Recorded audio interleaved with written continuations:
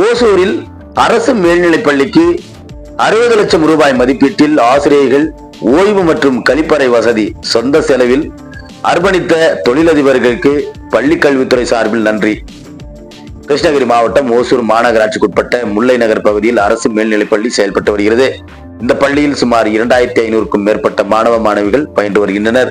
இந்த பள்ளியில் பெரும்பாலும் ஆசிரியர்கள் எண்ணிக்கை அதிக அளவில் உள்ள இந்த நிலையில் அவர்களுக்கான ஓய்வு அறை மற்றும் கழிவறை வசதி இல்லாமல் சிரமத்திற்கு ஆளாகி வந்தனர்.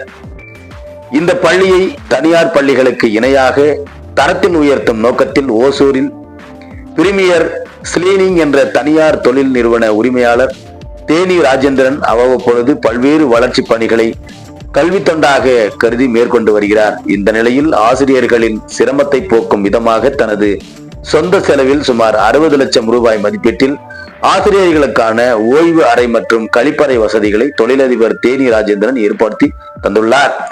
அதனை நேற்று முறைப்படி பூஜைகள் செய்தும் பால் காட்சியும் அரசு பள்ளி நிர்வாகத்திடம் அர்ப்பணித்து ஒப்படைக்கும் நிகழ்வு நடைபெற்றது.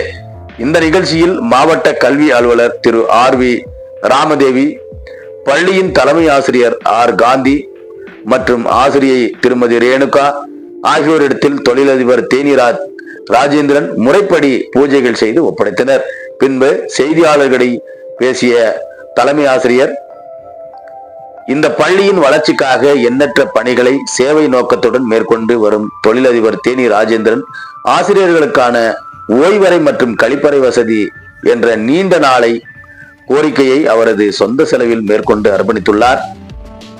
இவரை போன்று தன்வாளர்கள் ஆதரவாக பெற்றுள்ளது எங்களுக்கு பெருமையாக உள்ளது. இதற்காக அவருக்கு பள்ளியின் சார்பிலும் கல்வித்துறையின் சார்பிலும் மனமார்ந்த நன்றிகளை தெரிவித்துக் கொள்வதாக அவர் கூறினார் என்பது குறிப்பிடத்தக்கது. எதிர்நீச்சல் செய்திகளுக்காக ஓசூர் செய்தியாளர் செல்வமுடன் ராமச்சந்திரன்.